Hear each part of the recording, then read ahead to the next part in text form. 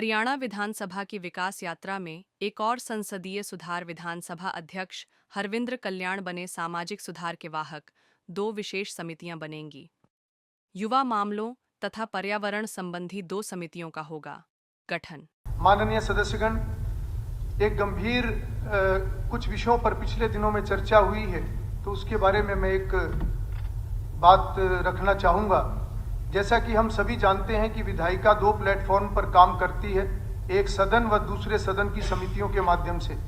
क्योंकि सदन के पास समय कम होता है, इसलिए विधानमंडल और अधिकतर कार्य अपनी समितियों के माध्यम से पूरे वर्ष करते रहते हैं। मैंने कुछ राज्यों की विधायिकाओं का दौरा भी किया है और कुछ का अध्ययन भी किया है। मैंने पाया है कि बहुत सी विधायिकाओं में हमारी विधायिका से अधिक समितियां हैं, क्योंकि समिति जनहित के कार्य साधने का एक अच्छा व प्रभावशाली प्लेटफॉर्म है। इसलिए मैंने गहन अध्ययन के बाद पाया कि हरियाणा विधानसभा में भी संसदीय सुधार होते रहना यह समय की आवश्यकता है।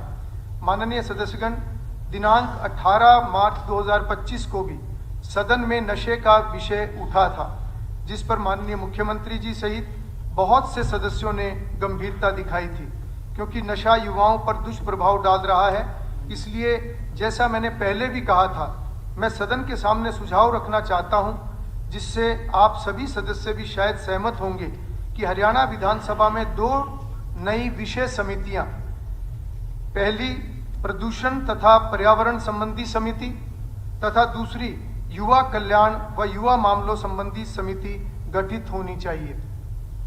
ये समितियां पर्यावरण, युवाओं की स्किलिंग, रोजगार, युवाओं में नशे आदि भविष्य की गंभीर चुनौतियों पर सरकार को सार्थक सुझाव देगी। संसदीय प्रथाओं व कार्य प्रणाली के अनुसार नियम समिति के अतिरिक्त इसका गठन सदन में एक प्रस्ताव लाकर भी किया जा सकता है। अतः अगर सदन इससे सहमत हो तो इन 2 नई समितियों को बनाने के लिए एक प्रस्ताव लाकर नियमों में उसका प्रावधान कर लिया जाए।